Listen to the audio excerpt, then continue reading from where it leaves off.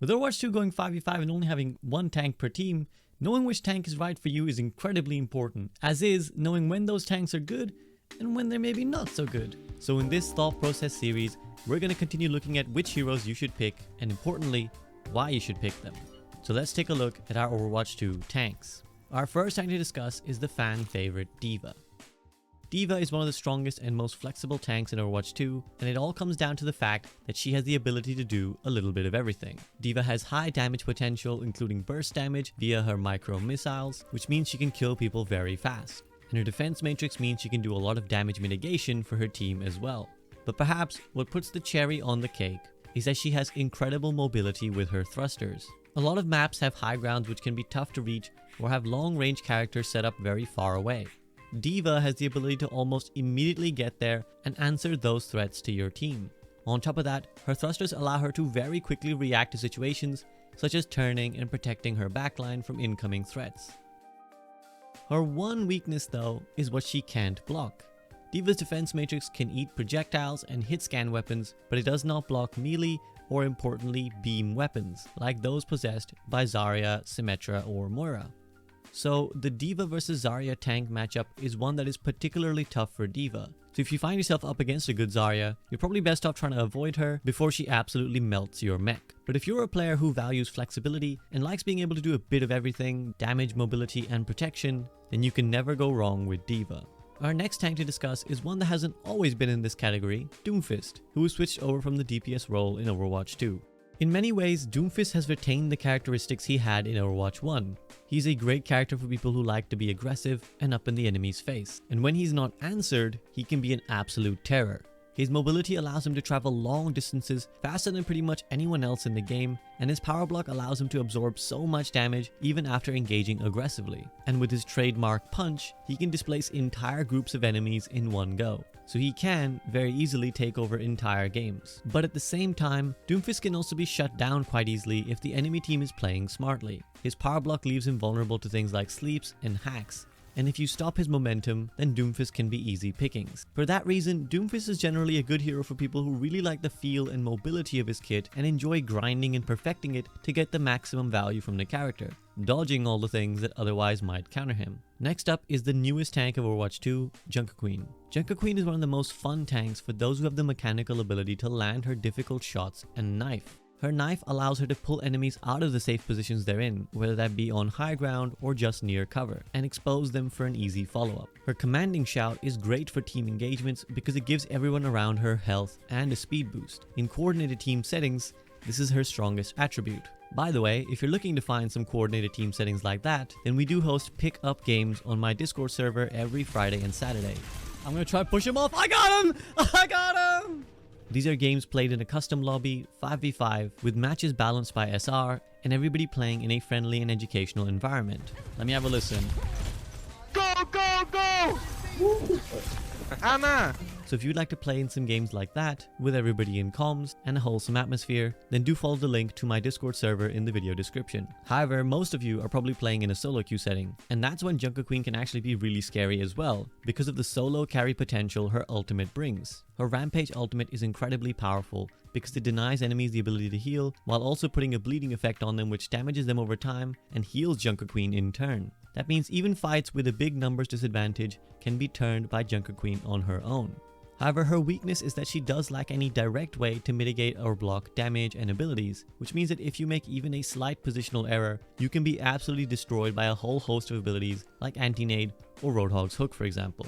So if you can hit your shots and like a character who just kinda goes in and doesn't stop, then Junker Queen is for you, but do beware to position well.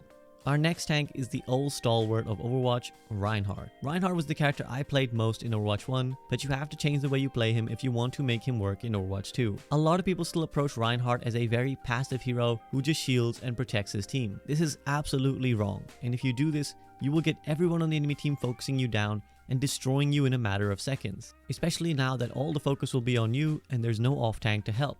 On top of that, Reinhardt is very easily defeated by opponents with high mobility, who can pincer him and make it impossible for him to shield all the threats that he needs to.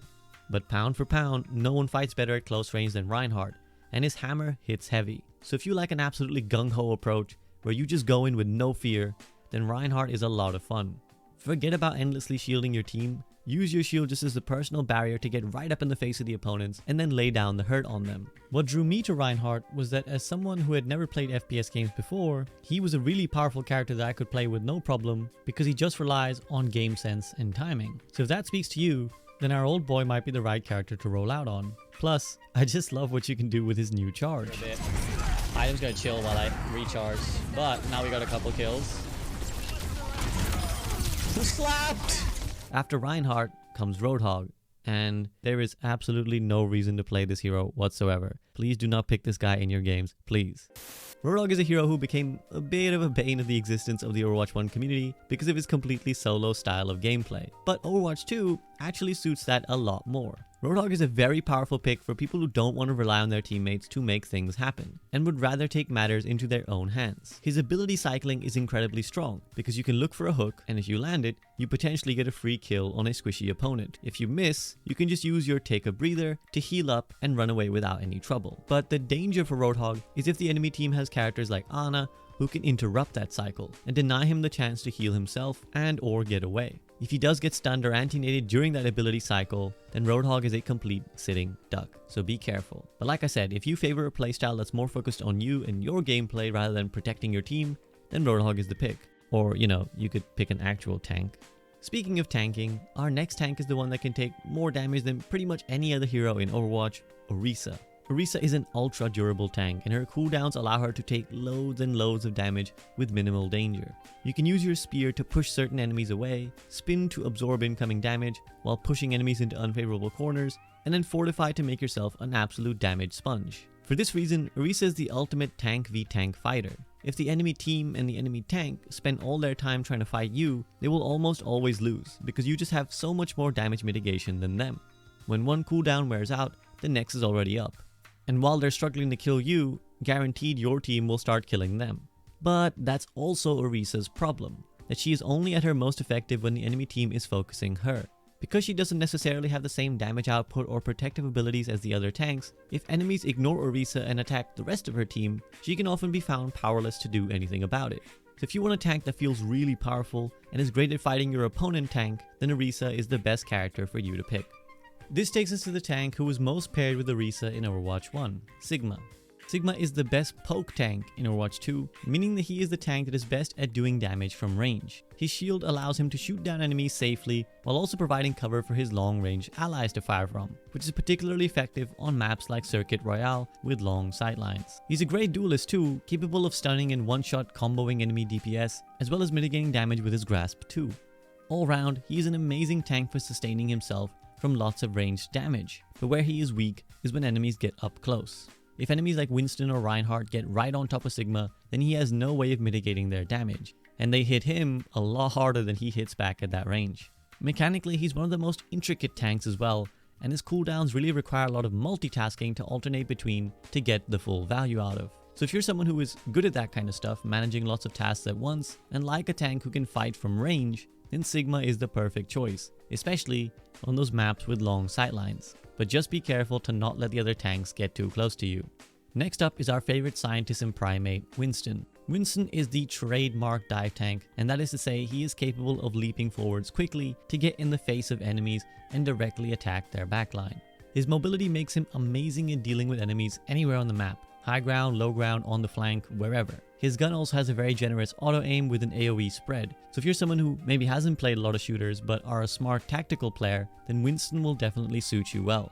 In Overwatch 2, his bubble is really strong too, providing one of the few remaining shielding abilities in the game, and it can be used to protect yourself or your allies, or even just to put an enemy on timeout by blocking any heals meant for them. But while Winston is great at diving enemy squishies, he has a really big hitbox which makes him very weak to shotgun characters like Reaper and Roadhog, who can delete him in a matter of seconds if he's not careful. So for you tactical scientists out there who pride game sense over mechanics, Winston is a great pick, but just make sure you stay away from those pesky shotguns. That brings us to his Horizon Lunar Colony buddy, Hammond, aka Wrecking Ball. Wrecking Ball is one of the most unique characters in Overwatch, not just because he can literally roll around as a ball, but because his mobility is so based around his grapple function, which can allow him to pull out some crazy rollouts and do some pretty silly things, honestly.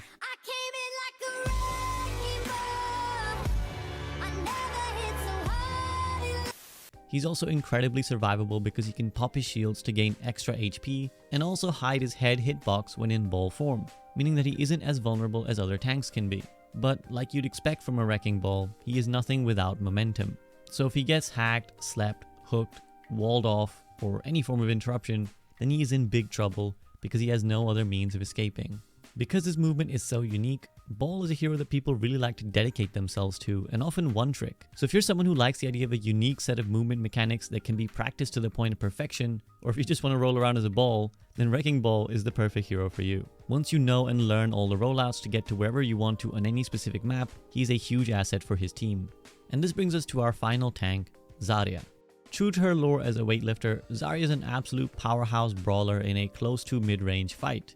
Her energy mechanic means that she doesn't necessarily start the fight at her strongest, but the longer it goes on, the more and more scary she gets. If she builds up to high energy, then she is capable of single-handedly taking out entire teams. I'm not exaggerating. Her bubbles can be given to allies to be more protective, or used twice on herself to make Zarya an almost unkillable force in the middle of the fight. When she's good, there's very little stopping Zarya. And unlike other tanks, she can cleanse status effects like anti-nades, but there is one key weakness to her game. Range. Her beam only goes so far, which means that characters with long range like Pharah or poke characters like Zen and Hanzo can just shred Zarya before she even has the chance to get to a place where she can start doing her damage. And with no mobility, she has no way of repositioning quickly or getting to any high grounds that opponents might be set up on. The most important mechanical ability you'll need to play Zarya is tracking. That is, the ability to follow one target continuously, because that's how beam weapons work. So if you've got that skill set and you like a frontline powerhouse tank, then Zarya is the one for you. But just make sure you position right, because if you're not in the right place to begin with, there's going to be no helping you there. And that's all I got for today, but if you've enjoyed this content, then why not come by to my live stream on Twitch to catch tips and tricks like this live. On my stream, I often try and narrate my thought process live to help viewers understand why I'm making the decisions I'm making, even when I usually and inevitably mess up. If you're just enjoying the YouTube, then please do consider liking, subscribing, and turning on notifications for my video. Or to support me directly, please consider signing up to my Patreon like these awesome people have on screen who allow me to make the content I currently make.